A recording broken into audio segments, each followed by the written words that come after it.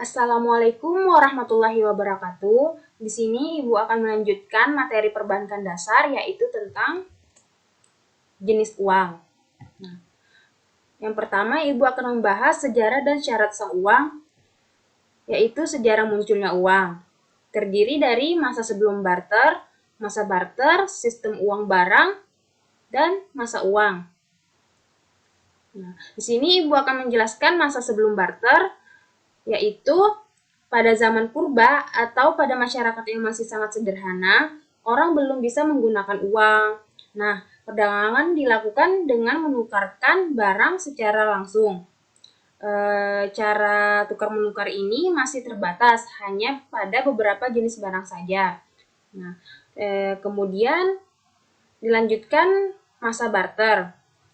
Sedangkan masa barter itu pertukaran barang dengan barang, dan ternyata masih banyak kesulitan untuk menemukan barang yang dapat diterima umum yang nilainya seimbang. Nah, kesulitan itu diantaranya yang pertama itu sulit menemukan barang untuk kebutuhan yang mendesak. Nah, yang kedua sulit menemukan perbandingan barang yang ditukarkan. Dan yang terakhir sulit memenuhi kebutuhan yang bermacam-macam. Setelah masa barter itu mengalami kesulitan, kemudian muncullah sistem uang barang.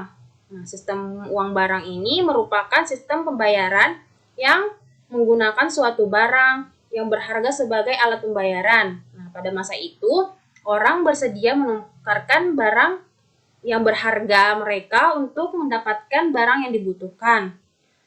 Nah, setelah itu kemudian muncullah masa uang. Nah, masa uang ini muncul karena kesulitan yang timbul dalam sistem barter atau sistem uang barang. Orang mulai berpikir untuk menemukan suatu alat yang mempermudah proses penukaran barang. Nah, setelah itu kita akan melanjutkan yaitu pengertian uang. Uang pada dasarnya diartikan sebagai suatu yang dapat diterima oleh masyarakat umum sebagai alat pembayaran dan alat tukar-menukar yang sah. Nah, dilanjutkan syarat sah uang. Yang pertama itu adalah acceptability dan cognizability.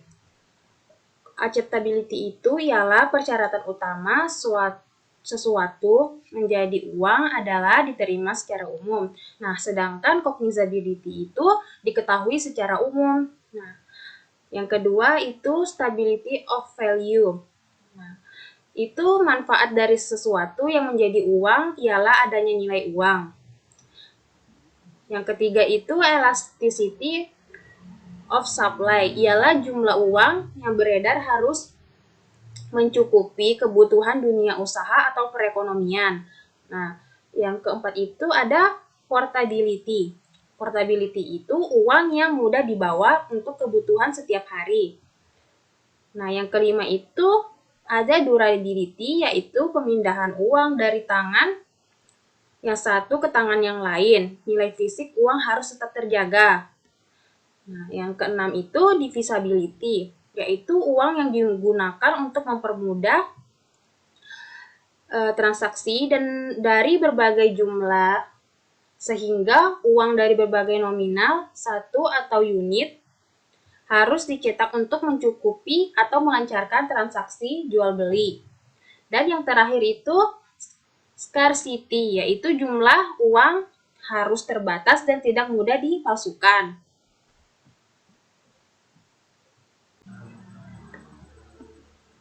Nah, selanjutnya kita akan membahas fungsi uang. Secara umum, uang berfungsi sebagai perantara untuk pertukaran barang dengan barang, juga menghindarkan perdagangan dengan cara barter. Nah, fungsi uang ini dibedakan menjadi dua, yaitu fungsi asli dan fungsi turunan. Fungsi asli ini terbagi lagi menjadi tiga, yaitu alat tukar atau disebut medium of exchange.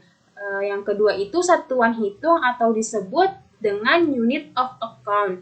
Dan yang terakhir itu alat penyimpanan nilai atau disebut store of value. Nah, alat tukar ini dapat mempermudah pertukaran. Orang yang akan melakukan pertukaran tidak perlu menukarkan dengan barang. tetapi cukup menggunakan uang sebagai alat tukar.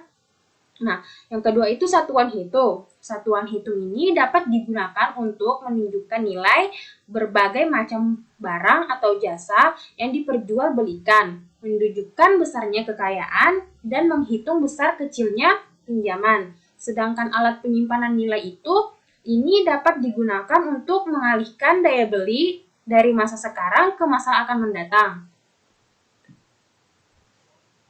Nah, sedangkan fungsi turunan ialah uang ditunjukkan untuk dijadikan alat utama dalam memperlancar perdagangan. Fungsi turunan ini terbagi menjadi 6, yaitu sebagai satuan nilai. Yang kedua sebagai alat tukar, yang ketiga sebagai alat pembayaran utang.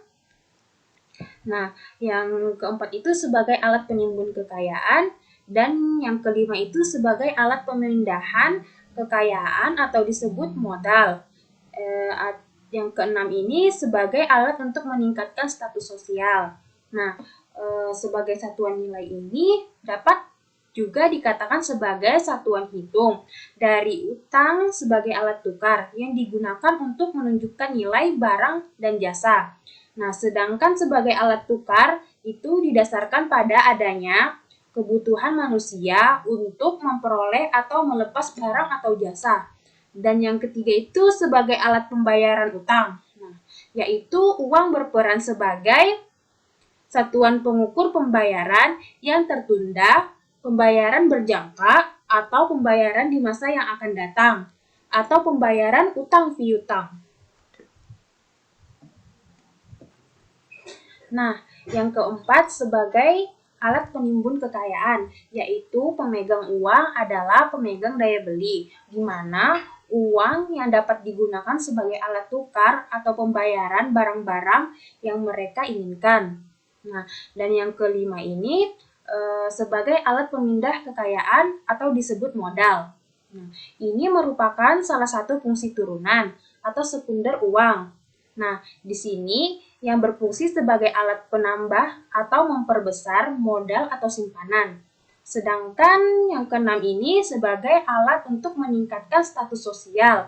Nah, artinya itu semakin besar jumlah uang yang dimiliki, maka semakin terpandang seseorang di mata masyarakat lainnya.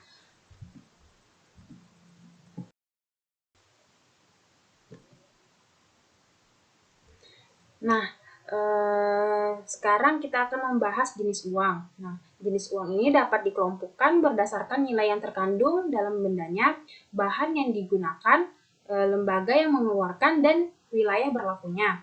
Nah, yang pertama kita akan membahas nilai yang terkandung dalam bendanya, yaitu nilai nominal dan nilai intrinsik. Nah, nilai nominal ini yang tercantum pada uang merupakan satuan hitung moneter dengan kekuatan atau ukuran daya bayar atau juga disebut daya tukar.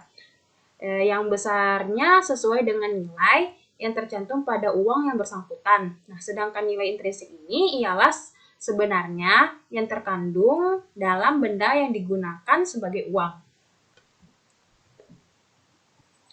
Nah, yang kedua itu uang dibedakan menjadi uang penuh atau juga disebut dengan full-bodied money. Nah, apabila nilai yang tertera di atas uang tersebut sama nilainya dengan bahan yang digunakan. Nah, yang ketiga ini ada uang dinamakan tanda, yaitu juga bisa disebut dengan token money. Nah, apabila nilai yang tertera di atas tersebut lebih tinggi dari nilai bahan yang digunakannya untuk membuat uang, atau dengan kata lain nilai nominalnya lebih besar daripada nilai intrinsiknya. Nah, selanjutnya jenis uang berdasarkan bahan yang digunakannya. Nah, yang pertama itu ada uang logam. Nah, uang logam ini yang terbuat dari logam. Logam yang digunakan biasanya emas atau perak, karena kedua logam ini memiliki nilai yang cenderung tinggi dan stabil. Logam ini memiliki 3 macam nilai, yaitu nilai intrinsik, nilai nominal, dan nilai tukar. Nah, sedangkan uang kertas ini yaitu terbuat dari kertas dengan gambar dan cap tertentu dan merupakan pembayaran yang sah. Nah, selanjutnya berdasarkan lembaga yang mengeluarkannya.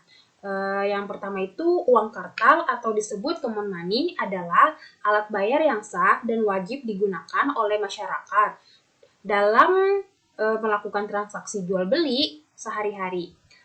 Yang kedua ini ada uang giral. Nah, uang giral ini adalah uang yang dimiliki masyarakat dalam bentuk simpanan atau giro yang dapat ditarik sesuai kebutuhan. Nah, contohnya uang giral ini ada cek, giro, kartu kredit, dan wesel pos. Nah, dan yang terakhir berdasarkan wilayah berlakunya terbagi menjadi 3, yaitu uang domestik, uang regional, dan uang internasional. Nah, uang domestik ini uang yang hanya berlaku di dalam wilayah tertentu, contohnya rupiah, ringgit, dan peso. Nah, sedangkan regional ini yaitu uang yang hanya berlaku di kawasan tertentu. Nah, seperti euro berlaku di kawasan Eropa. Yang terakhir ini uang internasional. Uang internasional ini uang yang berlaku tidak hanya di dalam wilayah, tetapi juga berlaku di berbagai wilayah dunia, yang itu juga bisa disebut internasional.